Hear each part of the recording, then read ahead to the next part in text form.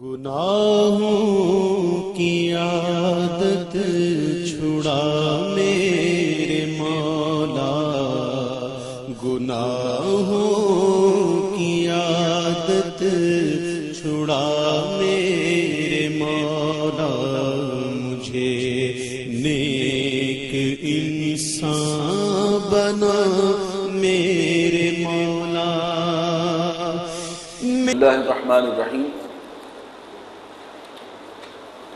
اس تربیتی پروگرام کا جو نظام الاوقات ترتیب دیا گیا ہے، اس کے مطابق اب ہمیں بانی محترم کے اس کتاب بر عظیم پاک و ہند میں اسلام کے انقلابی فکر کی تجدید و تعمیل، اس کے اگلے باب کا مطالعہ کرنا ہے صفحہ 17 سے، اور یہ وہ حصہ ہے جو خاص طور پہ میری خواہش تھی کہ بانی محترم خود پڑھاتے۔ پہلا چیپٹر جو ہے وہ تو ہم نے ان کے ساتھ ہی پڑھا، لیکن اب بہرحال مجبوری ہے، کوشش کریں گے کہ جو بھی نفس مضمون ہے اس کا کسی نہ کسی درجے میں حق ادا ہو سکے۔ آپ حضرات بھی اس معاملے میں دعا کیجیے کہ صحیح بات ہی آپ تک پہنچے اور کوئی غلط بات ہماری زبان سے نہ نکلے۔ میں نے مختار فاروقی صاحب کو خاص طور پر زحمت دی ہے کہ وہ اس معاملے میں تعاون کریں گے، ہیلپ کریں گے۔ اعوذ باللہ من الشیطان الرجیم، بسم اللہ الرحمن الرحیم۔ صفحہ 17، فکر اسلامی کی تجدید اور علامہ اقبال۔ علامہ اقبال نے یورپ کی علمی اور سائنسی ترقی کو روح قرآن کا ظہور اور بروز اور عوام کے سیاسی اور معاشی حقوق کے تصور کو نور محمدی صلی اللہ علیہ وسلم سے ماخوذ اور مستعار قرار دینے اور اسلام کے علم کلام کو فلاطونی تصورات کی دلدل اور ارسطو کی منطق کی بھول بھلیوں سے نکال کر جدید تجرباتی علوم کی اساس پر استوار کرنے کے ساتھ ساتھ ایک جانب مغرب کے دو جدید عمرانی نظریات اور بنیادی سیاسی تصورات پر کڑی تنقید کرتے ہوئے مغربی تہذیب کو پوری خود اعتمادی اور جرأت رندانہ کے ساتھ چیلنج کیا، اور دوسری جانب نہ صرف یہ کہ اسلام کے اصل انقلابی فکر کی پوری مجددانہ شان کے ساتھ از سر نو تدوین کا فریضہ سر انجام دیا اور اللہ اور اس کے رسول صلی اللہ علیہ وسلم کے عطا کردہ نظام عدل اجتماعی کو عہد حاضر کی اعلیٰ ترین فکری سطح پر اور حقوق انسانی کے بلند ترین تصورات کے ساتھ ہم آہنگ کر کے پیش کیا، بلکہ انقلاب کا زوردار نعرہ لگاتے ہوئے اس کے منہج اور منہاج کو بھی کمال اختصار کے ساتھ لیکن حد درجہ جامعیت کے ساتھ پیش کر دیا۔ جملہ مکمل ہو گیا۔ اب اس میں اس کو کھولیں تو ایک پورا دریا ہے جو کوزے میں بند ہے۔ کوشش کریں کہ مصنف کے ساتھ ساتھ اس کے ذہن کے ساتھ ساتھ آپ کا بھی سفر ہو، ہر سطر کو سمجھتے ہوئے پڑھیں گے تو پھر آپ ساتھ سفر کر سکیں گے۔ جہاں رشتہ ٹوٹ گیا وہاں سے معاملہ گڑبڑ ہو جائے گا۔ اقبال کے حوالے سے اور مغربی تہذیب اور فکر کے حوالے سے دو باتیں کہی گئی ہیں۔ بعض چیزوں کی اقبال نے تائید کی۔ پہلی بات جو آئی کہ یورپ کی علمی اور سائنسی ترقی کو روح قرآن کا ظہور اور بروز قرار دیا، یعنی علمی اور سائنسی ترقی جو ہوئی ہے، اقبال نے اسے کہا کہ اس کا انر کور جو ہے وہ خود قرآن ہے۔ مراد کیا ہے کہ یہ ساری ترقی کس بنیاد پر ہوئی؟ توہمات پر یقین نہ کرو، ولا تقف ما لیس لک بہ علم ان السمع والبصر والفؤاد کل اولئک کان عنہ مسئولا۔ ٹھوس علم پر اپنے موقف کی بنیاد رکھو اور مشاہدے کو استعمال کرو، سمع و بصر ہے، اور قرآن مجید جو ہے وہ مشاہدے پر بہت زور دیتا ہے۔ افلا ينظرون الى الابل کیف خلقت، جس کا اصل مقصد تو یقیناً یہ ہے کہ ان مظاہر کے پردے میں جو اصل حقیقت ہے پیچھے اس کو پہچانو، لیکن اس کے لیے مشاہدہ، غور کرو، دیکھو، تفکر، تدبر، اس کی دعوت، اور یہی چیز بنیاد بنی ہے سائنسی ترقی کی کہ مشاہدے سے، جسے بانی محترم نے کہا تھا ڈیڈکٹیو لاجک، ایک انڈکٹیو لاجک ہے، ایک ڈیڈکٹیو لاجک ہے، استقرائی منطق۔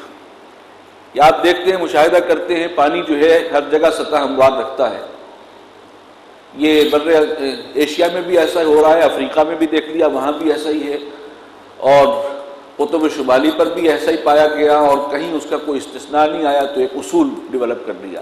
کہ یہ لا آف دا نیچر، اور اصولوں کو سامنے رکھ کر ان کو جمع جوڑ سے پھر آگے جو ہے عقلی سفر، علمی سفر شروع ہوتا۔ تو یہ ہے جو سائنسی ترقی ہوئی ہے، اس کا بھی انر کور اس اعتبار سے قرآنی ہے،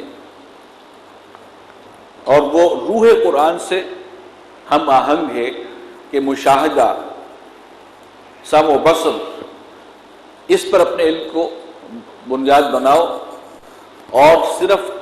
توہمات پر، جیسے ایک زمانے میں کہا جاتا تھا کہ زمین جو ہے وہ بیل کے سینگوں کے اوپر ہے اور زلزلے کی تعبیر جو کی جاتی تھی، اس قسم کی باتیں، یہ ساری چیزیں تخیلات، توہمات، اس سے نکل کر اور مشاہدے، اللہ نے جو صلاحیتیں دی ہیں ان کو بروئے کار لاؤ۔ تو ان کو بروئے کار لایا گیا ہے، لیکن فوکس ہو گیا ہے دنیا پر، بروئے کار لانا اپنی جگہ صحیح۔ تو یہ ہے کہ وہ تہذیب ترقی جو انہیں ہوئی ہے، وہ اس قرآنی اصول کو اختیار کرتے ہوئے مشاہدہ اور اس پر اپنے علم کی بنیاد رکھنا، یہ ہے اقبال نے اس کی تائید کی ہے، وہ اسے اس انداز سے دیکھتے ہیں۔ اور دوسرا وہ کہتے ہیں کہ جو عمرانی میدان میں بھی کوئی ترقی ہوئی ہے اور انسان کچھ ایک دھکے کھاتا ہوا، افراط و تفریط کے دھکے کھاتا ہوا، کہ ملوکیت کے بعد جو ہے اس کے بعد دور آتا ہے، اور پھر جمہوریت تک کا ایک سفر ہے جو طے کیا انسان نے، ڈائلیکٹیکل میٹیریلزم، اس سے وہ بہتر سے بہتر کی طرف کا ایک سفر جا رہا ہے، اور وہ جو بہتری کی سفر ہے وہ اصل میں کیا ہے، زنور مصطفیٰ اورا بہاست، ہر کجا بینی جہان رنگ و بو، زان کی از خاکش برویت آرزو، یا زنور مصطفیٰ اورا بہاس، یا ہنوز اندر تلاش مصطفیٰ۔ تو یہ نبی اکرم صلی اللہ علیہ وسلم کی دی ہوئی روشنی تھی، جہاں تک اس کے ہی فیضان ہے کہ جس تک انسان پہنچ رہا ہے، اور ابھی مزید تلاش میں ہے اصل نور مصطفیٰ کی، کہ کلائمیکس تک پہنچے گا، سفر اسی جانب ہو رہا ہے۔ تو ان دو چیزوں کو اس انداز سے اقبال نے اس نظر سے دیکھا، لیکن بعض چیزوں پر اس نے بھرپور تنقید کی، وطنیت پرستی کا تصور، اس کو جو ہے اس بت کو توڑا، پاش کیا، اور مغرب کی جو فکری معروبیت ہے اس کا ڈٹ کر مقابلہ کیا۔ تو یہ اقبال کے کارناموں میں سے ہے، جو آخری حصے میں فرمایا کہ ایک جانب مغرب کے دو جدید عمرانی نظریات اور بنیادی سیاسی تصورات پر کڑی تنقید کرتے ہوئے مغربی تہذیب کو پوری خود اعتمادی اور جرأت رندانہ کے ساتھ چیلنج کیا۔ یہ کام بھی اقبال نے کیا، اور ساتھ ہی ساتھ وہ علم کلام، ایک نیا علم کلام، اس کو شروع کرنے کی بھی بنیاد رکھی، اس کے لیے الفاظ ہی آئے ہیں۔ اور دوسری جانب نہ صرف یہ کہ اسلام کے اصل انقلابی فکر کی پوری مجددانہ شان کے ساتھ اثر نو تدوین کا فریضہ سر انجام دیا، اور اللہ اور رسول کے عطا کردہ نظام عدل اجتماعی کو عہد حاضر کی اعلیٰ ترین فکری سطح پر اور حقوق انسانی کے بلند ترین تصورات کے ساتھ ہم آہنگ کر کے پیش کیا، بلکہ انقلاب کا زوردار نعرہ لگاتے ہوئے اس کے منہج اور منہاج کو بھی کمال اختصار لیکن حد درجہ جامعیت کے ساتھ پیش کیا۔ یہ وہ علم کلام والا نہیں ہے، مجھ سے غلطی ہوئی ہے، بلکہ یہ مثبت کام اقبال نے اسلام کے حوالے سے علمی طور پر یہ کام کیا ہے۔ تو جدید دور کے چیلنجز کا مقابلہ بہت سے میدانوں میں اقبال نے بیک وقت شروع کیا۔ مغرب کے جن دو جدید قرآنی نظریات پر علامہ نے شدید تنقید کی، وہ سیکولرزم اور نیشنلزم یعنی وطنی قومیت ہے، اور ان کے ضمن میں علامہ کے خیالات اتنے واضح اور بین اور معروف و مشہور ہیں کہ یہاں ان کی جانب صرف ایک اجمالی اشارہ کافی ہے۔ چنانچہ سیکولرزم علامہ کے نزدیک اس دور کا سب سے بڑا فتنہ اور دین و سیاست کی علیحدگی، فساد کی اصل جڑ ہے۔ مزید برآں انسانی حاکمیت کا تصور علامہ کے نزدیک کفر اور شرک ہے، قطع نظر اس سے کہ وہ شخصی اور انفرادی ہو یا قومی اور عوامی، اس موضوع پر علامہ کے مشہور اور عام فہم اشعار میں سے تو یہ دو شعر سب سے زیادہ نمایاں ہیں: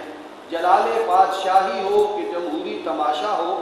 جدا ہو دین سیاست سے تو رہ جاتی ہے چنگے جی، اور ہوئی دین و دولت میں جسم جدائی، ہوس کی امیری ہوس کی وزیری۔ لیکن زیادہ لطیف انداز اور گہرے پیرائے میں یہ بات علامہ کی حیات مستعار کے بالکل آخری دور کی نظم ابلیس کی مجلس شورا کے اس شعر میں بیان ہوئی ہے کہ ہم نے خود شاہی کو پہنایا ہے جمہوری لباس، جب ذرا آدم ہوا ہے خود شناس و خود نگر۔ گویا علامہ کے نزدیک یورپ میں احیاء العلوم اور اصلاح مذہب کی تحریکوں کے زیر اثر آدم میں جو خود شناسی اور خود نگری کا شعور پیدا ہوا تو وہ اصلاً تو درست تھا، جی ہاں، لیکن اسے ابلیس اور اس کے کارندوں نے عوامی حاکمیت کی صورت دے کر شیطنت کا سب سے بڑا مظہر اور ابلیس کا اعلی کار بنا لیا ہے۔ چنانچہ جو گندگی منوں اور ٹنوں کے حساب سے ماضی میں کسی فرعون اور کسی نمرود یا کسی کیسر اور کسی کسرا کے سر پر تاج کی صورت میں رکھی ہوتی تھی، وہ آج تولا تولا یا ماشا ماشا ہر انسان کے سر پر لیپ دی گئی ہے۔ لیکن نجاست تو بہرحال نجاست ہے، خواہ منوں اور ٹنوں کے حساب سے ہو، خواہ تولوں اور ماشوں کی مقدار میں۔ رہا وطنی قومیت کا ایک سیکنڈ پہلے جس بت کو توڑا انہوں نے وہ سیکولرزم ہے، اور سیکولرزم کا جو عام مفہوم ہے وہی ہے کہ دین و دنیا میں جدائی، اجتماعی معاملات میں مذہب کا آسمانی وحی کا کوئی دخل نہیں۔ مذہب انسان کا پرائیویٹ معاملہ ہے اور وہ صرف محدود ہے کچھ اعتقادات اور کچھ مراسم عبودیت وغیرہ۔ یہ جو تصور جو اس وقت پوری دنیا میں بہت مقبول ہے، اقبال نے اس پر کاری ضرب لگائی کہ جلال بادشاہی ہو کہ جمہوری تماشا ہو، جدا ہو دین سیاست سے تو رہ جاتی ہے چنگیزی۔ سیاسی نظام جس کو اصل میں اجتماعی نظام کے حوالے سے سب سے نمایاں شاید سیاسی، تو یہ سیاسی نظام چاہے اجتماعی نظام چاہے سیاسی ہو معاشی ہو، وہ سب ان کو اگر آپ نے دین سے مذہب سے جدا کر دیا تو پھر چنگیزی ہی چنگیزی ہے۔ سیکولرزم اصل میں کیا ہے؟ چنگیزیت، فساد۔ ہوئی دین و دولت میں جس دم جدائی، دولت سے مراد یہاں روپیہ پیسہ نہیں ہے، حکومت۔ ہوئی دین و دولت میں جس دم جدائی، ہوس کی امیری ہوس کی وزیری۔ پھر تو ہوس ہی ہوس ہے، نفسانی خواہشات ہی کی پھر عملداری ہوگی ہر سطح پر جب ان کو الگ کر دیں گے۔ تو سیکولرزم اگرچہ آج کی جو تہذیب ہے اس کا ایک گویا کہ سب سے زیادہ مقبول تصور ہے، ایکسیپٹیبل تصور ہے، لیکن اقبال نے اس کی جڑوں پر ضرب لگائی۔ اور جمہوریت کے بارے میں بھی کیا کہا کہ یہ اصل میں اسی کا ایک بگڑی ہوئی شکل ہے کہ ہم نے خود شاہی کو پہنایا ہے جمہوری لباس، جب ذرا آدم ہوا ہے خود شناس و خود نگر۔ شاہی یعنی ملوکیت والا نظام جو تھا اس میں بھی انسانی حاکمیت تھی اور جمہوریت بھی انسانی حاکمیت ہے۔ وہاں سارا اختیار ایک فرد کو تھا، یہاں جمہور کو اکثریت کو ہے، کوئی فرق واقع نہیں ہوا۔ تو اس کے اندر کوئی خیر نہیں ہے، اس کے بھی اصل حقیقت کو اقبال نے بیان کیا ہے۔ یہ تصورات جو مغربی جمہوریت کے ہیں یہ سب کے سب شرک ہیں اور ان میں حقیقت کے اعتبار سے خیر نہیں ہے نوع انسانی کے لیے۔ چہرہ روشن اندرون چنگیز سے تاریک تر۔ رہا وطنی قومیت کا جدید تصور، تو اس کے ضمن میں تو واقعہ یہ ہے کہ حضرت علامہ نے 12 اشعار پر مشتمل جو نظم اردو میں کہی اور 3 اشعار پر مشتمل وہ کتاب فارسی میں کہا، ان کے بارے میں پورے وصول کے ساتھ پوری بات کہنے کو تیار ہوں جو امام شافعی نے سورۃ العصر کے بارے میں کہی ہے۔ اس موضوع پر امام شافعی کا زیادہ مشہور قول تو یہ ہے کہ اگر لوگ صرف اس سورت پر تدبر کر لیں تو یہ ان کی ہدایت کے لیے کافی ہے، لیکن ان کا ایک دوسرا زیادہ فصیح اور بریک قول وہ ہے جو مفتی محمد عبدہ نے اپنی تفسیر پارہ ہم میں نقل کیا ہے، یعنی اگر قرآن میں سوائے اس ایک سورت کے اور کچھ بھی نازل نہ ہوتا تب بھی یہ لوگوں کی ہدایت کے لیے کافی ہوتی۔ علی ھذا القیاس مجھے یہ کہنے میں ہرگز کوئی بات نہیں ہے کہ اگر علامہ مرحوم نے ساری عمر میں صرف یہی اشعار کہے ہوتے تب بھی وہ خود اپنے ہی شعر نظارہ دیرینہ زمانے کو دکھا دے، اے مصطفی خاک میں اس بت کو ملا دے، کہ مصداق مغربی تمدن کے لیے سب سے بڑے بت شکن اور قومیت اسلام کے مجدد اعظم قرار پانے کے مستحق ہوتے ہیں۔ یہ ہے اصل میں جو دوسرا کارنامہ ان کا۔ وطن پرستی بھی اس دور کا سب سے زیادہ معروف اور مقبول نظریہ رہا، ٹیریٹوریل نیشنلزم، کہ ایک خاص حدود جغرافیائی ہیں، اس میں رہنے والے ہم وطن ہیں، ایک وطن ہے، اور انہی لکیروں کی تقسیم پر ایک دوسرے سے جنگ، ایک دوسرے سے حقوق کی کھینچتان، اور یہ ان کو انسانوں کو لڑانا، یہ جو ایک وطن پرستی، اور پھر وطن پرستی اپنی جگہ پورا ایک مذہب ہے، جیسے والی محترم فرماتے ہیں کہ اس کے اپنے کچھ مراسم عبودیت ہیں، وطن کے احترام میں، قومی ترانے کے احترام میں کھڑے ہونا، قنوت، تو اسی طریقے سے اور بھی بہت سے ہیں۔ یہ ساری چیزیں جو ہیں اس کو اقبال نے پہچانا کہ یہ اس دور کا بہت بڑا شرک، ورنہ عام مسلمان جو ہے اس کو اس پہلو کو نہیں دیکھ سکا تھا، اور بڑے بڑے علماء بھی اس پہلو کو دیکھنے سے قاصر رہے تھے کہ یہ جو تصور آیا یہ تو اصل میں انسان کو تقسیم کرنے والا اور ایک نیا مذہب تشکیل دینے والا، سیکولرزم کے لیے راہ ہموار کرنے والا۔ چنانچہ ان کا وہ اشعار ہیں، سارے تو مجھے یاد نہیں ہوں گے، مل جل کے ہم پورے کر سکیں گے، کہ اس دور میں اور ہے، جام اور ہے، جم اور، ساقی نے بنا کی روش لطف و ستم اور، تہذیب کی آزاد نے ترشوائے صنم اور، مسلم نے بھی تعمیر کیا اپنا حرم اور، ان تازہ خداؤں میں بڑا سب سے وطن ہے، جو پیرہن اس کا ہے وہ مذہب کا کفن ہے، یہ بت کے تراشیدہ تہذیب نبی ہے، غارت گرے کاشانہ دین نبوی ہے، بازو تیرا توحید کی قوت سے قوی ہے، اسلام تیرا دیر سے تو مصطفی ہے، اے مصطفی خاک میں اس بت کو ملا دے، نظارہ دلیرہ زمانے کو دکھا دے، اے مصطفی خاک میں اس بت کو ملا دے۔ یہ ہے نہ صرف یہ کہ پہچانا، لیکن ایسی کاری ضرب لگائی۔ تو یہ اقبال کے جو خصوصی جو ان کی کنٹریبیوشن ہے فکر اسلامی کے حوالے سے، اس میں یہ ایک بہت بڑی شے ہے۔ اس معاملے میں بھی یہ بات قابل غور ہے کہ حضرت علامہ نے اپنی اردو نظم مشمولہ بانگ درا صفحات 160 161 میں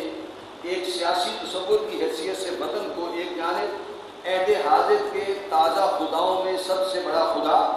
اور تہذیب جدید کے آزر کے تراشے ہوئے نئے اسلام میں سب سے بڑا صنم قرار دیا، گویا وطنیت کو سب سے بڑے شرک سے تعبیر کیا، جو عزم قرآن ناقابل معافی جرم ہے، سورۃ النساء آیات 48 اور 116، اور دوسری جانب نوع انسانی کے لیے نہایت تباہ کن اور مہلک بیماری قرار دیا، جس کے بدن سے مخلوق خدا میں تفرقہ و عداوت اور اقوام جہاں میں باہمی رقابت جنم دیتی ہے، جس کے نتیجے میں سیاست اخلاق سے خالی اور تجارت ذریعہ تشکیل یعنی امپیریلزم کا آلہ بن جاتی ہے، اور ان سب کا نتیجہ یہ کہ کمزور اقوام تباہ و برباد ہو کر رہ جاتی ہیں اور ان کا گھر غارت ہو جاتا ہے۔ اب پڑھیں رہا فارسی قطع۔ رہا فارسی قطع تو اس کے ضمن میں اگرچہ مولانا حسین احمد مدنی رحمۃ اللہ علیہ کا یہ اعتراض تو بالکل بجا تھا کہ میں نے ملت نہیں قوم کا لفظ استعمال کیا تھا، اور اس پر حضرت علامہ نے بھی نہایت وسعت قلبی اور عالی ذاتی کا مظاہرہ کرتے ہوئے معذرت کر لی تھی، لیکن مولانا مدنی کے اس قول کے بارے میں کہ میرا یہ کہنا کہ آج کل قومیں وطن سے بنتی ہیں محض خبریہ تھا، انشائیہ نہیں تھا، یعنی ایک حقیقت بیان کر رہے تھے وہ کہ دنیا میں یہ ہو رہا ہے نا، کہ وہ اپنے جو ارادہ اور خواہش ظاہر کر رہے تھے کہ وطن کی بنیاد پر ایک ملک بنا دیا جائے، لوگوں کی جائے پیدائش کی بنیاد پر بنا دیا جائے۔ ان کی تمام تر جلالت قدر اور ان کے تقوی اور تدین اور مجاہدانہ سیرت و کردار کے اعتراف کے باوجود یہ کہنا پڑتا ہے کہ یہ ایک بالکل مہمل بات تھی،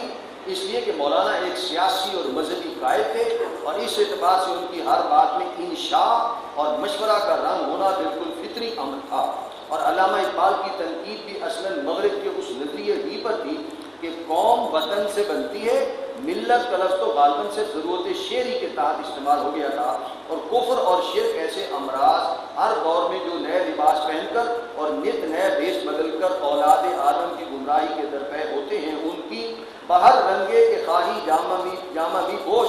من انداز قدرہ می شناسم، یعنی گمراہی جس رنگ میں بھی آ جائے وہ اہل نظر اس کو پہچان لیتے ہیں۔ یہ انداز میں صحیح پہچان کی صلاحیت اللہ تعالیٰ کا ایک خصوصی فضل ہوتا ہے جو اس دور میں مبدأ فیض سے علامہ اقبال کو عطا ہوا تھا۔ بقول خود ان کے کہ عذاب دانش حاضر سے باخبر ہوں میں کہ میں اس آگ میں ڈالا گیا ہوں مثل خلیل، جیسے حضرت ابراہیم علیہ السلام کو نمرود نے آگ میں ڈال دیا تھا، اسی طرح جو تہذیب مغرب اور اس کے جو تفصیلات ہیں اور اس کے جو بھی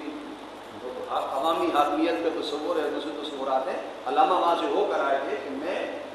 اس آگ میں مثل خلیل ڈالا گیا ہوں اور اللہ ان کے نام میں اللہ نے مجھے بچا لیا ہے، قرآن کی پناہ میں ہوں اور صحیح تصورات قوم کو دے رہا ہوں۔ یعنی بڑے بظاہر بڑے خوبصورت ایکسیپٹیبل تصورات ہیں،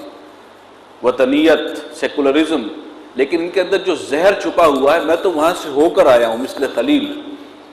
اس کی ایک ایک رگ کو میں پہچانتا ہوں۔ اور مثل خلیل کیوں کہا کہ میں اس کے زہر آلود نہیں ہوا، اللہ تعالیٰ نے مجھے محفوظ رکھا اور میں صحیح سلامت اس میں سے نکل آیا۔ قصہ مختصر، ایک جانب سیکولرزم اور عوامی حاکمیت اور دوسری جانب وطنی قومیت کی پرزور نفی کی اساس پر علامہ اقبال نے تہذیب جدید اور مغربی تمدن کو نہ صرف چیلنج کیا بلکہ خبردار بھی کیا کہ دیار مغرب کے رہنے والوں، خدا کی بستی دکان نہیں ہے، کھرا جسے تم سمجھ رہے ہو وہ اب ذرے کم عیار ہوگا، اور تمہاری تہذیب اپنے خنجر سے آپ ہی خودکشی کرے گی، جو شاخ نازک پہ آشیانہ بنے گا لاپائیدار ہوگا۔ مغربی تہذیب کئی اعتبارات سے خودکشی کر رہی ہے، وہی تہذیب وہی افکار کو 100 سال پہلے ملکوں کو تقسیم کرنے کے لیے جا رہے تھے، جمہوریت ہونی چاہیے، تصویر جمہوریت ہونی چاہیے، وہی اب یورپ سارے کو 31 ممالک کو اکٹھا کر کے ایک بنا دیا۔ اب ان کا فائدہ اس میں، پہلے اس میں تھا، اب اس میں، پہلے اس کے لیے دلال گڑھ دیے گئے، اب اس کے لیے گڑھ مسلمان اکٹھے ہوں تو شاید لوگ اکٹھے نہیں ہونے چاہیے، لیکن خود 31 ممالک کو جو ہے وہ یورپی یونین بنا دیا، تو ان کی خودکشی ہے نظریات کی، جو ہے کہ خود ہی اپنے تصورات سے پیچھے ہٹ جانے لگا۔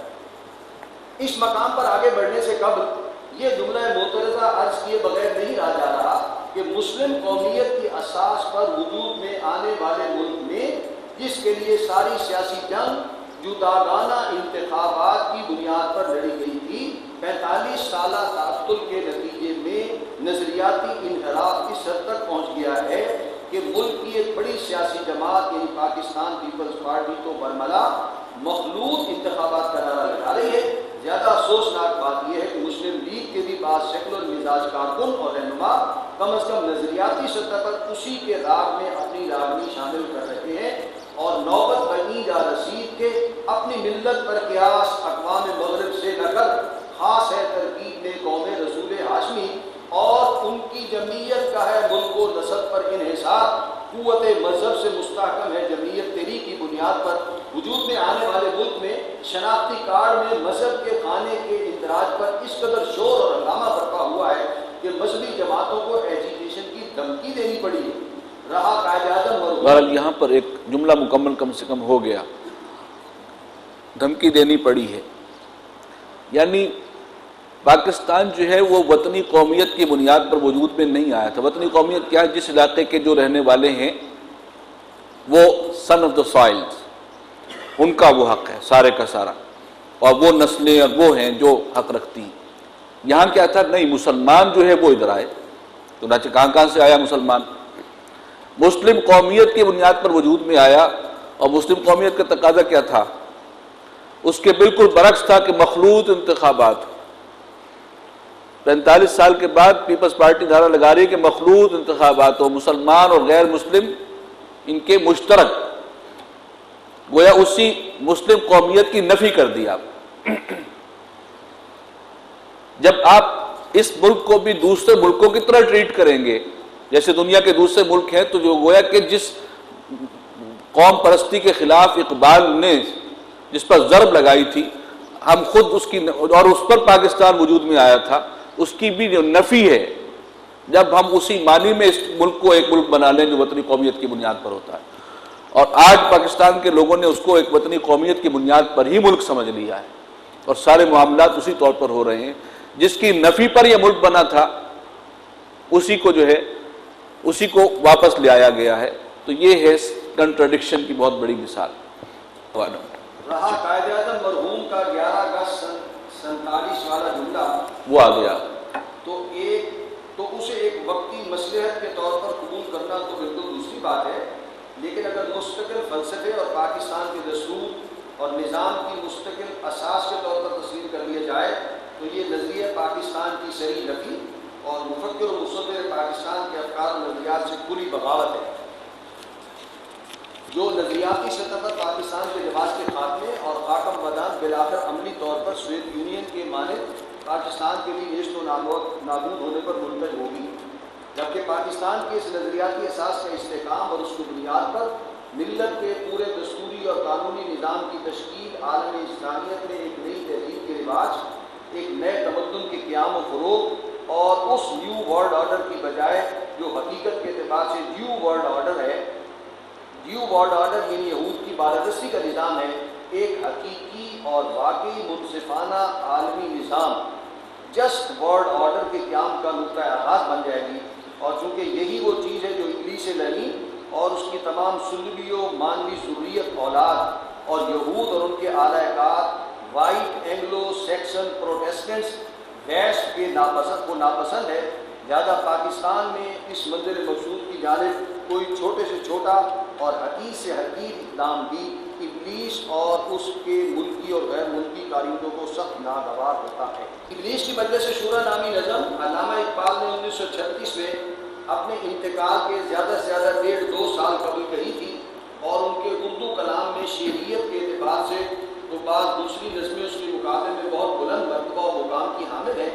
لیکن امت مسلمہ کے نام پیغام کے اعتبار سے اس میں ہرگز کسی شک اور شبہ کی گنجائش نہیں ہے کہ اسی کو ان کے خاتمہ کلام اور قیام آخری کی حیثیت حاصل ہے.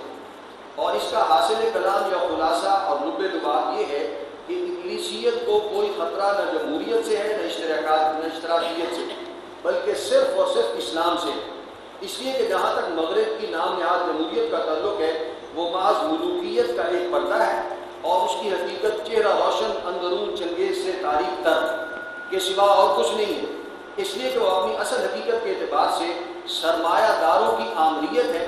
اسی طرح اشتراکیت بھی قدیم مزدقی منطق کی سوزن سے نوع انسان کے گریبانوں کو کے چاک کو رفو نہیں کر سکتی. بقول ابلیس کب ڈرا سکتے ہیں مجھ کو اشتراکی کوچ اگر، یہ پریشاں روزگار آشفتہ مغز آشفتہ ہوں. لہذا ہے اگر کوئی خطر مجھ کو تو اس امت سے ہے جس کی خاکستر میں ہے اب تک شرار آرزو، اور جانتا ہے جس کے روشن باطن ایام ہے مصدقیت فتنہ فتح نہیں اسلام ہے. ہم سب پہ روشن باطن ایام نہیں ہے، کچھ وضاحت کرنی پڑے گی آپ کو. مصدقیت بھی اشتراکیت ہی کے لیے لفظ آتا ہے کہ یہ سوچ پہلے بھی تھی مصدقیت کے عنوان سے، بعد میں اب یہ اشتراکیت ہے. اس دور میں یہ مارکس نے فلسفہ پیش کیا ہے. اسلام سے قبل ایران میں مانی نام کا ایک شخص تھا، اس نے فلسفہ جو دیا تھا وہ مصدقیت کا کہلاتا ہے، اور اس میں روس کی طرح ہر چیز جو ہے وہ نیشنلائز تھی. جیسے روس کے ابتدائی نظام میں تھا ہر چیز نیشنلائز کر لی گئی تھی، بس اس نے ذرا جدید انداز میں مارکس نے اس کو پیش کر دیا تھا. تو علامہ نے اسی کی طرف اشارہ کیا ہے کہ وہ مصدقیت پہلے فلسفہ تھا اور جدید مارکسزم پہلے سوشلزم پہلے وہ آ گیا ہے. اس سے انسانی مسائل کا حل نہیں ہو سکتا. ایک سیکنڈ، اس سے پہلے بھی جو بات گزری ہے اگر تھوڑی سی اس کی وضاحت ہو جائے. قائد اعظم کا وہ جملہ جس کی توجیح کرتے ہیں آج کل سارے ہمارے سیکولر، کہ قائد اعظم کے ذہن میں بھی ایک سیکولر اسٹیٹ کا کانسیپٹ تھا جس میں سب برابر ہوتے ہیں، شہری کسی بھی مذہب سے تعلق رکھتے ہوں، اس لیے کہ اجتماعی معاملات مذہب کی بنیاد پر طے نہیں پاتے. گویا وہی وطنی قومیت اور سیکولرزم کا پورا تصور اس ایک جملے سے جھلکتا ہے جسے کہا گیا کہ اگر تو وقتی مصلحت کے تحت تھا تو پھر تو اس کی جواز بنتا ہے، اور اگر یہ مستقل قائد اعظم نے یہ بات کہی ہے تو گویا جس بنیاد پر پاکستان بنایا اسی بنیاد کو ہم نے کھود ڈالا. لہذا اس کا حشر وہی ہوگا جو رشیا کا ہوا وہ بکھر گیا، اسی طرح کوئی دیر کی بات ہے کہ پاکستان کا شیرازہ بکھر جائے. یہ وہ بات ہے اصولی. کہ جواز ہی نہیں رہا، پھر پاکستان کا جواز ہی نہیں رہتا، اس لیے کہ آپ نے جس بنیاد پر بنایا اسی کی نفی کر دی بعد میں۔ تو پھر اب جب جواز نہیں ہے، اس ملک کا استحکام اور بقا صرف اس میں ہے کہ واقعی اسلامی ملک بنے، in real sense Islamic state بنے، نہ کہ ایک سیکولر ڈیموکریٹک اسٹیٹ۔ اسلام سے اس خوف اور خطرے کے مقابلے میں ابلیس کو اگرچہ یہ تسلی اور اطمینان حاصل ہے کہ ایک جانب تو مسلمانوں کی عمل کے اعتبار سے حقیقی اور واقعی صورتحال یہ ہے کہ جانتا ہوں میں یہ امت حامل قرآن نہیں ہے، وہی سرمایہ داری بندے مومن قدیم، اور جانتا ہوں میں کہ مشرق کی اندھیری رات میں بے ید بیدا ہے پیران حرم کی آستی، اور دوسری جانب نام نہاد اہل ایمان کے ایمان کی واقعی کیفیت یہ ہے کہ وہ یقین کی بجائے محض ایک عقیدہ بن کر رہ گیا ہے، یعنی یہ غنیمت ہے کہ خود مومن ہے محروم یقین، اور زندہ قوت تھی زمانے میں یہ توحید کبھی، اور اب کیا ہے فقط ایک مسئلہ علم کلام۔ تاہم چونکہ تاریخ کے بہاؤ کا رخ لامحالہ تلاش مصطفیٰ کی جانب ہے، لہذا ابلیس کو یہ اندیشہ بھی لاحق ہے کہ عصر حاضر کے تقاضاؤں سے ہے، لیکن یہ خوف ہو نہ جائے آشکارا شرع پیغمبر کہیں۔ اور اس کے بعد کے 4 اشعار تو نہ صرف یہ کہ اس طویل نظم کی اصل جان ہے، بلکہ واقعہ یہ ہے کہ اسلام کے نظام عدل اجتماعی یا نظام مصطفیٰ صلی اللہ علیہ وسلم کا جو فہم علامہ اقبال کو زندگی بھر کے مطالعے اور غور و فکر کے ذریعے حاصل ہوا تھا، اس کی تعبیر کے ضمن میں سہل ممتنع کی بھی اعلیٰ ترین مثال ہے اور جوامع الکلم کی بھی بہترین نظیر۔ چنانچہ یعنی اب ان اشعار میں یوں سمجھیے کہ جو بانی محترم کہتے ہیں کہ فکر اسلامی کو اقبال نے دوبارہ زندہ کیا، یا اسلام کے انقلابی فکر، وہ ان 4 اشعار میں فکر اسلامی کی تعبیر جو اقبال نے اب کی ہے اس طور پہ، اور وہ ہے جو بہت اہمیت کی حامل۔ الحذر آئین پیغمبر سے 100 بار الحذر، حافظ ناموس زن مرد آسما مرد آفری کی روح سے حضرت علامہ کے نزدیک اسلام کے سماجی اور معاشی نظام کی 2 بنیادیں یہ سماجی اور معاشرتی نظام کی 2 بنیادیں یہ ہیں کہ اس میں عورتوں کی عصمت و عفت اور عزت و ناموس کی حفاظت کو اولین مقصد اور ہدف کی حیثیت حاصل ہے، اور اس میں مشکل اور مشقت طلب فرائض جیسے طلب معاش اور دفاع ملک و ملت کا بوجھ مرد پر ڈالا گیا ہے، عورت پر نہیں۔ یہ بہت اہم بات، بہت اہم بات۔ آج کا اصل رخ کیا ہے ساری دنیا کا؟ شانہ بشانہ عورتوں کو بھی گھروں سے نکالو، بیسک نیسیسٹیز کا تصور اتنا اوپر لے جاؤ کہ بنیادی ضروریات کے لیے بھی گھر کی خواتین کو بھی جاب کرنی پڑے، ان کے لیے کوٹے بناؤ ہر جگہ پر، ان کے لیے آسانی پیدا کرو۔ وہ مرد جس بیچارے نے 16 سال 18 سال تعلیم حاصل کی ہے، وہ مارا پھر رہا ہے، اس کے لیے روزگار کے مواقع نہیں ہیں، خواتین کے لیے ہیں، ان کو نکال کے لاؤ۔ اور اس فضا کے اندر اقبال کا یہ کہنا، اصل آئین پیغمبر تو یہ ہے، الحذر اللہ کی پناہ، وہ پناہ اس سے مانگ رہا ہے کہ کہیں وہ اسلامی نظام نہ آ جائے۔ موت کا پیغام ہر نوع غلامی کے لیے، نہ کوئی فخور و خاکہ نہ گدائے راہ نشین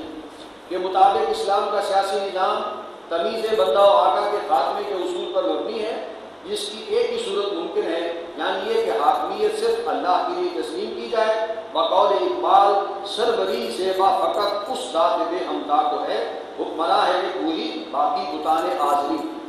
اور تمام انسان حدیث نبوی علیہ صاحب صلاۃ والسلام میں وارد الفاظ کونوا عباد اللہ اخوانا کے مطابق ایک جانب اللہ کے بندے اور دوسری جانب آپس میں بھائی بھائی بن جائیں، اور صرف عقیدہ اور نظریہ کے علاوہ کوئی دوسری تمیز و تفریق اور اونچ نیچ انسانوں کے مابین باقی نہ رہے۔ وفاوائے کل مومن اخوۃ اندر درش، حریت سرمایہ آب و گرش۔ بندہ مومن کے دل میں یہ احساس ہے جو تعلیمات اسلام کی ہیں کہ تمام اہل ایمان آپس میں بھائی بھائی ہیں۔ حریت سرمایہ آب و گرش اور آزادی رائے، وہ بندہ مومن کے آب و گل، یعنی جسم میں مٹی پانی سے بنا ہے انسان، تو اس میں یہ بات اس میں گندی ہوئی ہے حریت بندہ مومن۔ اور ناشکے بے امتیازات مساوات آمد، اور بندہ مومن امتیازات، یہ رنگ کا فرق اور نسل کا فرق اور علاقے کا اور زبان کا، اس سے بندہ مومن جو ہے اس کو کبھی برداشت نہیں کر سکتا ان امتیازات، ڈسکریمنیشن، امتیازات، ڈسکریمنیشن۔ در نہاد او مساوات آمدہ، بندہ مومن کے دل میں اس کے باطن میں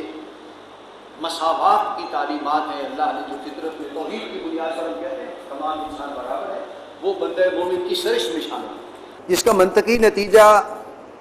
ہے کہ اسلام روح ارضی پر اللہ کی حاکمیت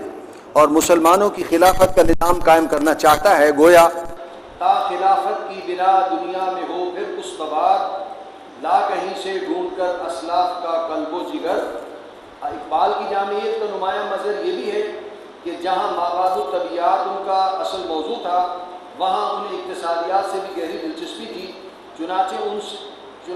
ان سے بڑھ کر کون اس حقیقت سے واقف ہو سکتا تھا کہ آج کی دنیا میں سب سے زیادہ اہمیت معاشیات کو حاصل ہے، اور آج کا انسان بالفعل معاشی حیوان بن چکا ہے۔ یہی وجہ ہے کہ جن 4 اشعار پر اس وقت گفتگو ہو رہی ہے ان میں سے 2 کا تعلق اسلام کے اقتصادی تصورات سے ہے۔ چنانچہ ایک جانب سرمایہ کے بارے میں فرمایا، کرتا ہے دولت کو ہر آلودگی سے پاک و صاف، منعموں کو مال و دولت کا بناتا ہے امین، اور دوسری جانب ذمہ داری کی جڑ یہ کہہ کر کاٹ دی کہ اس سے بڑھ کر اور کیا فکر و عمل کا انقلاب، بادشاہوں کی نہیں اللہ کی ہے یہ زمین۔ اس میں ہرگز کوئی شک نہیں ہے کہ اسلام کے سماجی انصاف کے نظام کے ضمن میں علامہ اقبال نے توحید الہی کے تینوں منطقی نتائج کو خود بھی کما حقوق سمجھا، اور اللہ کے فضل و کرم سے انہیں اپنے اشعار کے ذریعے سمجھانے اور عام کرنے کا حق بھی پوری طرح ادا کر دیا۔ یعنی نمبر 1 یہ کہ چونکہ تمام انسان ایک ہی خالق کے پیدا کرتا مزید برآں ایک ہی انسانی جوڑے کی نسل سے ہیں، لہذا ان کے مابین پیدائشی طور پر نسل، رنگ یا صنف کی بنیاد پر کوئی اونچ نیچ نہیں ہے۔ نمبر 2 یہ توحید کا ایک تقاضا سماجی اور معاشرتی سطح پر۔ جی نمبر 2 یہ کہ حاکمیت مطلقہ صرف اللہ کے لیے ہے اور انسانوں کے لیے محض خلافت ہے، اور نمبر 3 یہ کہ یہ دوسرا تقاضا تھا توحید کا سیاسی میدان میں، اور نمبر 3 یہ کہ ملکیت تامہ بھی صرف اللہ ہی کے لیے ہے، اور انسان کے لیے زمین سمیت کل مال و دولت صرف امانت کے حکم میں ہے۔ بقول شیخ سعدی رحمۃ اللہ علیہ، این امانت چند روزہ نزد ماست، در حقیقت مالک ہر شے خداست، اور بقول اقبال بندہ مومن امی حق مالک است۔ یہ ہے معاشی میدان میں توحید کا اظہار۔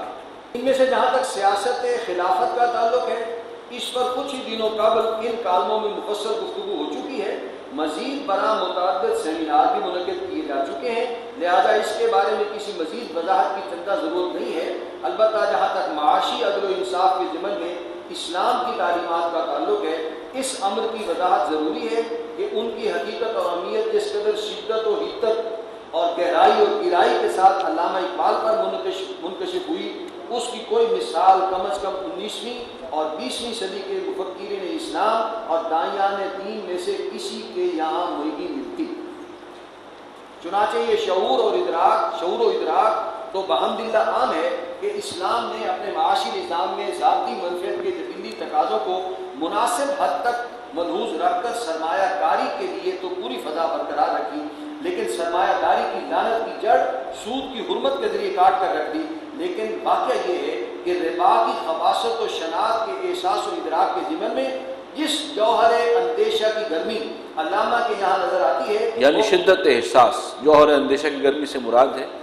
شدت احساس، وہ کم از کم راکب کی محدود معلومات کی حد تک کسی دوسرے مفکر یا عالم کے ہاں موجود نہیں ہے۔ ذرا ملاحظہ فرمائیں، از ربا آخر چمی زائد فتن، کس ندانت لذت قرض حسن، اور سود سے آخر کیا چیز بڑھتی ہے؟ فتنہ ہی پیدا ہوتا ہے۔ دولت کی غیر منصفانہ تقسیم اور حیف اور حیف ناٹ سے پیدا ہوتے ہیں۔ کس ندانت لذت قرض حسن، اور معیشت کی بنیاد قرض حسن کی بنیاد پر ہونی چاہیے۔ رسول اللہ صلی اللہ علیہ وسلم نے خود اس کی تعریف کی ہے۔ علامہ کہہ رہے ہیں کہ اس کی برکات کو ابھی تک ہم پہچان نہیں سکتے، کوئی نہیں جانتا۔ از ربا جہاں تیر دل چوں خشت و سنگ، آدمی در رندہ بے دندان و چنگ۔ سود خوری سے انسان کا اندر سیاہ ہو جاتا ہے اور دل پتھر کا ٹکڑا بن جاتا ہے، اینٹ اور پتھر کی طرح سخت ہو جاتا ہے، اور آدمی دانتوں کے بغیر شیر کی طرح درندہ اور جنگلی جانوروں کی طرح خوفار بن جاتا ہے۔ اس زمن میں احساس کی شدت اور حدت کے اعتبار سے اگر کوئی دوسرا شخص اقبال کے آس پاس نظر آیا تو وہ بھی حسن اتفاق سے ایک کشمیری شیخ ہی تھا، یعنی شیخ محمود احمد مرحوم، جن کی مختصر کتاب سود کی متبادل اساس تو اردو اور انگریزی دونوں زبانوں میں ادارہ ثقافت اسلامیہ لاہور سے شائع ہو چکی ہے، لیکن اصل مارکت الآراء تصنیف انسان اور سرمایہ مین منی ابھی زیر اتباع ہے، لیکن صرف انگریزی میں۔ تاہم سود کی حرمت کے مسئلے پر تو پھر بھی غنیمت ہے کہ علماء دین کا اجماع ہے، اگرچہ دور ملوکیت میں پروان چڑھنے والی فقہ نے بے معجل اور بے مرابحہ کی اساس پر شرعی ہیلوں کے ذریعے سود خوروں کے اطمینان و تسکین کا سامان فراہم کر رکھا ہے، لیکن زمین کے سود یعنی غیر حاضر ذمہ داری اور مزارعت کو تو امام اعظم حضرت ابو حنیفہ رحمۃ اللہ علیہ اور امام دار الہجرت حضرت مالک رحمۃ اللہ علیہ کے فتووں کے رغم تمام علماء دین نے شیر مادر کی طرح حلال و طیب قرار دے رکھا ہے، اور واقعہ یہ ہے کہ یہ علامہ اقبال کے ہاتھوں اسلام کے انقلابی فکر کی تجدید کا نہایت اہم اور نمایاں مظہر ہے کہ اس مسئلے پر بھی انہوں نے نہایت واضح اور دو ٹوک بات کی۔ چنانچہ ایک جانب فلسفہ اور نظریہ کی سطح پر انہوں نے زمین کی ملکیت کی کلی نفی کی کہ بادشاہوں کی نہیں اللہ کی ہے یہ زمین، اور دے خدایا یہ زمین تیری نہیں تیرے آبا کی نہیں تیری نہیں میری نہیں۔ اور دے خدایا کا مطلب بتا دیں۔ جاگیردار جو زمینوں کے دیہاتوں میں زمینوں کے مالک ہیں، لینڈ لارڈ، مالکان رقبے والے، دیہات کے جو خدا بنے بیٹھے ہیں وہاں کے ذمہ دار۔ اور رزق خود را از زمین بردن رواس ای متاع بنداؤ ملک خداس، یہ زمین اللہ کی ملکیت ہے اور بندے کو استعمال کے لیے متاع کے طور پر دی گئی ہے، اس میں سے رزق نکالا جا سکتا ہے، اور وہ حق ہے اس کا جو اس زمین کو کاشتا ہے۔ کوئی مالک بن کر نہیں بیٹھ سکتا کہ دوسروں کی مزارعت کرائے اور اس کا زیادہ حق لے کر چلا جائے۔ اور دوسری جانب عملی سطح پر امام اعظم اور امام دار الہجرت کی آراء سے ہم آہنگی اختیار کرتے ہوئے حضرت علامہ نے زراعت میں مزارعت یعنی بٹائی کے نظام کو اللہ کی رحمت اور برکت سے محرومی کا سبب قرار دیا۔ وفاوائے خدا آ ملت را سربری داد کہ تقدیرش بدست خیش بنوش بآنکھوں میں سروکار ندارت کہ دہقانش برائے دیگراں کشت۔ اللہ تعالیٰ اس قوم کو سربری اور سرداری اور حکومت دنیا میں دیتا ہے جو اپنی تقدیر خود لکھتی ہے، محنت کرتی ہے، آگے بڑھتی ہے، اپنے ہاتھ سے لکھتی ہے، اور اللہ تعالیٰ اس قوم سے کوئی سروکار نہیں رکھتا، کوئی عزت نہیں دیتا، بلکہ دوسروں کا محکوم بنا دیتا ہے۔ جس کے کسان دوسروں کے لیے کاشت کرتے ہیں ان کو تھوڑا حصہ ملتا ہے، اور کوئی گھر بیٹھے زمین کا مالک زیادہ رہتا ہے، اس کو کبھی عزت نہیں مل سکتی دنیا میں۔ چنانچہ حقیقت یہ ہے کہ اس معاملے میں تو ان کی شان بالکل منفرد ہے۔ بہرحال اسلام کے اس انقلابی فکر کی تجدید کا منطقی نتیجہ یہ نکلا کہ علامہ اقبال نے انقلاب کا نعرہ بلند کیا، اور اس کے لیے خاص طور پر سرمایہ داری، ذمہ داری اور جاگیرداری ہی کے خلاف اعلان جہاد کیا، یعنی خواجہ از خونے رگے مزدور سازت لال ناب از جفائے دے خدایاں کشت دہقانہ خراب، انقلاب انقلاب اے انقلاب۔ جو سرمایہ دار ہے وہ مزدور کے رگوں کی خون سے اپنے ہونٹ سرخ کرتا ہے، شرابیں پیتا ہے، اور ذمہ داروں کے ظلم و ستم سے کسانوں کی کھیتیاں گھر ان کے خراب ہیں۔ انقلاب انقلاب ہے انقلاب۔ کب تبدیلی آئے گی، کب تبدیلی آئے گی، کب یہ نظام ختم ہوگا؟ اللہ کرے جلدی ہو، لیکن بات ختم نہیں ہو جاتی۔ حضرت علامہ نے اسلامی انقلاب کا ہدف معین کرنے کے ساتھ ساتھ اس کو برپا کرنے کے لیے منہج اور منہاج کو بھی کمال جامعیت اور غایت اختصار کے ساتھ واضح کر دیا۔ چنانچہ اس موضوع پر ان کا ایک شعر تو الہامی نہیں معجزانہ ہے، تاہم اس کا ذکر بعد میں ہوگا۔ پہلے یہ بات واضح ہو جائے کہ علامہ کے نزدیک اسلامی انقلاب کی جدوجہد کا پہلا مرحلہ یہ ہے کہ قرآن حکیم کو لوگوں کے اندر اتارا جائے، جس سے ان کے ذہن و فکر، نظریات و خیالات، اہداف و مقاصد اور اقدار و ترجیحات میں انقلاب برپا ہو جائے اور وہ اندر سے تبدیل ہو کر رہ جائیں۔ اس لیے کہ عالم انسانیت میں یہ باطنی اور نفسیاتی تبدیلی اور شخصی اور انفرادی انقلاب ہی عالمی انقلاب کا پیش خیمہ بن سکتا ہے۔ چنانچہ عظمت قرآن کے بیان میں فرماتے ہیں، چوں بجا در رفت جہاں دیگر شود، جہاں چوں دیگر شد جہاں دیگر شود۔ واضح رہے کہ اسی کو اللہ تعالیٰ نے سورۃ الفرقان کی آیت نمبر 52 میں جہاد بالقرآن یعنی جہاد کے قرآن کے ذریعے جہاد سے تعبیر فرمایا ہے۔ چنانچہ ارشاد باری تعالیٰ ہے، فَلَا تُطِعِ الْكَافِرِينَ وَجَاهِدْهُمْ بِهِ جِهَادًا كَبِيرًا۔ تو اے نبی صلی اللہ علیہ وسلم، آپ ان کافروں کا کہنا نہ مانیں اور ان کے ساتھ جہاد جاری رکھیں، اس قرآن کے ذریعے پوری شدت اور قوت والا جہاد۔ ایک سیکنڈ، یعنی انقلابی فکر دیا اقبال نے یا فکر اسلامی کو دوبارہ اجاگر کیا اور اس کے بعد انقلاب برپا کرنے کا طریقہ بھی بتایا، اگرچہ اختصار کے ساتھ ہے، جامعیت کے ساتھ ہے، لیکن اس کی بھی نشاندہی اقبال نے کر دی ہے، اور اس میں اصل وہ قرآن ہے جو پہلے باطن میں انقلاب برپا کرتا ہے۔ اس لیے کہ تو سبھی جانتے ہیں کہ اسلامی انقلاب کی جدوجہد کے مرحلہ اول یعنی دعوت و تبلیغ کا کل مبنی و مدار اور مرکز و محور صرف اور صرف قرآن حکیم ہے۔ چنانچہ اسی کے ذریعے وعظ و نصیحت، انذار و تبشیر اور تذکیر و تلقین، گویا فی الجملہ اسی کی تبلیغ و تعلیم اسلامی انقلابی جدوجہد کا پہلا مرحلہ ہے۔ لیکن یہ حقیقت کہ تزکیہ و تربیت کا آلہ اور ذریعہ بھی قرآن حکیمی ہے، اور شیطان لعین اور اس کی سلبی اور مانوی اولاد کے مقابلے کے لیے بھی واحد تلوار اور ہتھیار اللہ کی کتاب ہی ہے، جس شدت کے ساتھ اقبال پر منکشف ہوئی اور جس قدر وضاحت کے ساتھ انہوں نے اسے بیان کیا، اس کی بھی کوئی دوسری مثال کم از کم راکن کے علم میں موجود نہیں ہے۔ اس موضوع پر بھی چونکہ ان کالموں میں مفصل گفتگو ہو چکی ہے، لہذا تفصیل کی ضرورت نہیں ہے۔ ان کے ساتھ دو مراحل کا مزید اضافہ کر دیا جائے، یعنی ایک تنظیم جس پر گفتگو ہو چکی ہے، اور دوسرے صبر محض یعنی عدم تشدد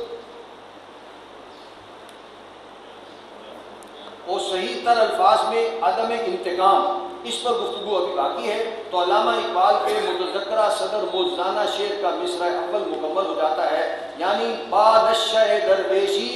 در ساز و دمادم زن۔ اس لیے کہ ان چار مراحل کے دوران اسلامی انقلاب کے لیے کوشاں کارکنوں اور مجاہدوں کا نقشہ واقعی طور پر اور لامحالہ بدھ مت کے بھکشوں اور حضرت عیسیٰ علیہ السلام کے حواریوں سے مشابہ ہوتا ہے، یعنی گالیاں سنو اور دعائیں دو، پتھر کھاؤ اور پھول پیش کرو، اور سائلوں کی طرح دعوت دو اور بھکاریوں کی طرح در در کی ٹھوکریں کھاؤ، اور اف تک نہ کرو بلکہ صبر کرو اور اپنی جد و جہد کو دمادم زن کے انداز میں جاری رکھو۔ چنانچہ مکی دور کے 12 سالوں کے دوران مسلسل یہی ہدایات اللہ تعالیٰ کی جانب سے محمد الرسول اللہ صلی اللہ علیہ وسلم کو اور حضور صلی اللہ علیہ وسلم کی جانب سے صحابہ کرام کو ملتی رہی کہ والے رب کا فصبر، اور اپنے رب کی خوشنودی کے لیے صبر کرو، وَلَقَدْ نَعْلَمُ أَنَّكَ يَضِيقُ صَدْرُكَ بِمَا يَقُولُونَ۔ ہمیں خوب معلوم ہے جو کچھ یہ لوگ کہہ رہے ہیں اس سے آپ کا سینہ بھیجتا ہے، لیکن اس کے باوجود وَاصْبِرْ عَلَىٰ مَا يَقُولُونَ وَاهْجُرْهُمْ هَجْرًا جَمِيلًا، صبر کرو اس پر جو یہ کہہ رہے ہیں اور ان سے کنارہ کشی بھی کرو تو خوبصورتی کے ساتھ۔ اور فَاصْبِرْ لِحُکْمِ رَبِّكَ وَلَا تَكُنْ كَصَاحِبِ الْحُوتِ، صبر کے ساتھ انتظار کرو اور اپنے رب کا حکم مانو اور مت ہو جاؤ اس مچھلی والے حضرت یونس علیہ السلام کی مانند جنہوں نے اجلت سے کام لیا تھا۔ اس کا مطلب یہ ہرگز نہ تھا کہ شریعت کے مستقل اور ابدی قانون سے حکم قصاص ساکت ہو گیا تھا یا صحابہ کرام کی طبع بشری بدل گئی تھی اور اس میں کوئی جوش انتقام پیدا نہیں ہوتا تھا، بلکہ یہ صرف انقلابی جدوجہد کی ابتدائی مراحل کا وقتی تقاضا تھا۔ چنانچہ خود سورہ شورا میں جو مکی دور کے بھی وصف میں نازل ہوئی تھی، اہل ایمان کا یہ وصف مقام مدح میں مذکور ہے کہ والذین اذا اصابهم البغی هم ینتصرون وجزاء سیئۃ سیئۃ مثلها، اور وہ کہ جن پر زیادتی کی جائے وہ بدلہ لیتے ہیں اور برائی کا بدلہ ویسی ہی برائی ہے، تاہم یہ کفو ایدیکم، اپنے ہاتھ روکے رکھو، سورۃ النساء کا وقتی حکم کچھ ایسی کیفیت کے ساتھ کہا کہ نالا ہے بلبل شوریدہ تیرا تھام ابھی، اپنے سینے میں اسے اور ذرا تھام ابھی، اس لیے کہ جیسے ہی یثرب کی جانب ہجرت ہوئی اور فضل خداوندی سے حضور صلی اللہ علیہ وسلم کی انقلابی جدوجہد کو اقدام اور چیلنج کے لیے مرکز اور قاعدہ مورچہ میسر آ گیا، اہل ایمان کے ہاتھ کھول دیے گئے اور اس میں قتال نازل ہو گیا، یعنی اذن للذین یقاتلون بانہم ظلموا، اجازت دے دی گئی انہیں جو جنگ کر رہے ہیں یا اختلاف قرات کی بنا پر جن پر جنگ مسلط کر دی گئی ہے، اس لیے کہ ان پر ظلم و ستم کے پہاڑ توڑے گئے۔ اور پھر جب اس کے نتیجے میں کچھ ہی دنوں بعد مسلح تصادم اور قتال فی سبیل اللہ کا آخری مرحلہ شروع ہو گیا، تو اولاً سورہ بقرہ کی آیت نمبر 193 میں اور پھر مزید وضاحت اور صراحت کے ساتھ سورۃ الانفال کی آیت 39 میں حکم دے دیا گیا کہ ان کافروں سے جنگ جاری رکھو یہاں تک کہ فتنہ بالکل فروغ ہو جائے اور دین کل کا کل اللہ ہی کے لیے ہو جائے، یعنی اللہ کی زمین سے باطل کی حکمرانی کا کلا کما ہو جائے اور اس کے باغیوں اور سرکشوں کی حکومتوں کے تختے الٹ دیے جائیں اور حق بحقدار رسید کے مصداق اللہ کی زمین پر اللہ ہی کی حکومت یا انجیل کی اصطلاح میں آسمانی بادشاہت قائم ہو جائے۔ چنانچہ اقدام اور چیلنج اور مسلح یا غیر مسلح تصادم کے ان مراحل کو اقبال نے کمال جامعیت اور اختصار اور موزانہ فصاحت و بلاغت کے ساتھ سمو دیا اپنے متذکرہ بالا شعر کے دوسرے مصرے میں، یعنی چوں پختہ شبی خود را بر سلطنت جمزن، اور اسی کے لیے وہ مسلسل پکارتے ابھارتے اور للکارتے رہے امت مسلمہ، بالخصوص اس کی مذہبی قیادت کو جو مدرسہ اور خانقاہ اور علماء اور صوفیہ میں منقسم تھی، اور جس کے بارے میں ان کے مشاہدات اور تاثرات کا اظہار ان کے ان الفاظ کے ذریعے بخوبی ہو جاتا ہے کہ اٹھا میں مدرسہ و خانقاہ سے غمناک۔ یہی وجہ ہے کہ اگرچہ انہوں نے نمناک ہے، ویسے اصل لفظ نمناک، جی یہی وجہ ہے کہ اگرچہ انہوں نے ایک جانب اس وجودی تصور کی شدت کے ساتھ مخالفت کی جس کے زیر اثر خام طبائع میں عمل، اقدام اور جہاد کی بجائے تعطل، گریز اور جمود کی کیفیات پیدا ہوتی ہیں، اور نہ صرف یہ کہ اہل تصوف کو زوردار دعوت دی کہ نکل کر خانقاہوں سے ادا کر رسم شبیری کہ رسم خانقاہی ہے فقط اندوہ و دلگیری، بلکہ یہ بھی بتایا کہ یہ تو مسلمانوں کے بارے میں ابلیس لعین کی اپنے کارندوں کو اہم ہدایت ہے کہ مست رکھو ذکر و فکر صبح گاہی میں اسے، پختہ تر کر دو مزاج خانقاہی میں اسے۔ اور دوسری جانب علماء دین کو بھی جھنجھوڑنے کی بھرپور کوشش کی، چنانچہ ان کے جو شاہکار اشعار ان کی مرکز کی زینت بنے ہوئے ہیں ان میں یہ کتابی شامل ہے: بیا تا کارگی امت بسازیں کہ مارے زندگی مردانہ بازیں، آؤ کہ امت مسلمہ کی بگڑی بنا دیں، جو کھیل ہے اس کو مردوں کی طرح کھیلیں، اور چنا نالیں اندر مسجد شہر دلے در سینہ ملا گدازیں، اور میں شہر کی مسجد میں کیوں آہو فغاں میں مصروف ہوں، اس لیے کہ میں ملا کے سینے میں اس کے دل کو جھنجھوڑ رہا ہوں، ہلا رہا ہوں، گداز کر نرم کرنا۔ تاہم ان کا اصل خطاب مسلمانان ہند کی جد و جہد، مسلمانان ہند کی جدید تعلیم یافتہ نوجوان نسل سے تھا، جس کے دلوں کو انہوں نے کبھی تو عظمت رفتہ اور سطوت گزشتہ کی یاد سے گرمانے کی کوشش بھی کی تھی، کوشش بھی کی کہ کبھی اے نوجوان مسلم تدبر بھی کیا تو نے وہ کیا گردوں تھا تو جس کا ہے ایک ٹوٹا ہوا تارا، اور کبھی ان کے جوش عمل کو مستقبل کے بارے میں امید افزا پیش گوئیوں اور مغرب کے زوال اور اسلام کے عروج کی کلندر ہرچے گویت دیدہ گویت کے سے انداز کی خبروں کے ذریعے ابھارا، جیسے کتاب ملت بیضا کی پھر شیرازہ بندی ہے، یہ شاخ ہاشمی کرنے کو ہے پھر برگ و بر پیدا، اور سبق پھر پڑھ صداقت کا، شجاعت کا، عدالت کا، لیا جائے گا تجھ سے کام دنیا کی امامت کا۔ چنانچہ واقعہ یہ ہے کہ علامہ اقبال کی اس ملی شاعری نے مسلمانان ہند کے نوجوان طبقے کے دلوں سے اس یاس اور نا امیدی کے ہتھیاروں کو کافور کر دیا جس کا نمایاں ترین مظہر قومی شاعر ہونے کے اعتبار سے علامہ کے پیش رو مولانا عالی کی شعرۂ آفاق مسدس کے ابتدا اور اختتام کے یہ دلدوز اشعار ہیں: پستی کا کوئی حد سے گزرنا دیکھے، اسلام کا گر کر نہ ابھرنا دیکھے، مانے نہ کبھی کہ مد ہے ہر جزر کے بعد، دریا کا ہمارے جو اترنا دیکھے۔ اور اے خاصان رسول، وقت دعا ہے امت پہ تیری آ کے عجب وقت پڑا ہے، وہ دین جو بڑی شان سے نکلا تھا وطن سے، پردیش میں وہ آج غریب الغربا ہے۔ بھائی ہمیں یہ واقعہ اپنی جگہ ناقابل انکار ہے کہ علامہ اقبال نے اسلام کے انقلابی فکر کی تجدید کے اس عظیم الشان کارنامے اور انقلاب کے منہج اور منہاج کی واضح نشاندہی کی عظیم خدمت اور مسلمانان ہند کے جدید تعلیم یافتہ نوجوانوں کے طبقے میں ایک جذبہ عمل پیدا کرنے کی بھرپور صحیح کے باوجود خود نہ کسی احیائی تحریک کا آغاز کیا، نہ ہی کسی جماعت کی تاسیس کی، اور اسی بنا پر ہم نے اس سے قبل انہیں شاہ ولی اللہ دہلوی رحمہ اللہ سے مشابہ قرار دیا تھا، جو اگرچہ خود تو آخر وقت تک صرف ایک گوشہ نشین درویش اور معلم و مصنف ہی رہے، لیکن انہوں نے ایک جانب مسلمانان ہند کی ڈوبتی کشتی کو بچانے کے لیے افغانستان سے احمد شاہ ابدالی کو بلایا، اور دوسری جانب صحیح علم و عمل کی وہ فضا پیدا کر دی، جس کے نتیجے میں دوسری ہی نسل میں سید احمد بریلوی رحمہ اللہ کی قیادت و عمارت اور شاہ ولی اللہ کے پوتے شاہ اسماعیل رحمہ اللہ کی معاملت و مبایعت سے تحریک مجاہدین ایسی عظیم تحریک برپا ہو گئی۔ عجیب اس میں اتفاق ہے کہ بالکل اسی طرح علامہ مرحوم نے بھی مسلمانان ہند کی قومی جدوجہد کی کشتی کی ناخدائی کے لیے بلایا قائد اعظم محمد علی جناح کو انگلستان سے، اور خود اپنی بھی عملی سرگرمی کو اسی قومی دائرے میں محدود رکھا، لیکن واقعہ یہ ہے کہ یہ انہی کی تجدید فکر اسلامی تھی جس کے نتیجے میں مولانا ابوالکلام آزاد نے حکومت الہیہ کا نعرہ لگایا اور حزب اللہ قائم کی، اور بعد ازاں مولانا سید ابوالعلا مودودی میدان میں اترے، جنہیں حضرت علامہ ہی نے پنجاب نقل مکانی کی دعوت دی، جہاں کی فضا علامہ کی ملی شاعری کے ذریعے بہت ہموار اور سازگار ہو چکی تھی۔ وہ یاد کر لیجئے کہ یہاں لکھا ہے کہ علامہ نے خود وہ اس میں کوئی عملی کام نہیں کیا، نہ خود کسی احیائی تحریک کا آغاز کیا، نہ ہی کسی جماعت کی تاسیس کی، لیکن بعد میں وہ ڈاکٹر برہان احمد فاروقی صاحب کے ایک کتاب کے ذریعے وہ بات علم میں آئی تھی کہ علامہ نے اس کی کوشش کی تھی،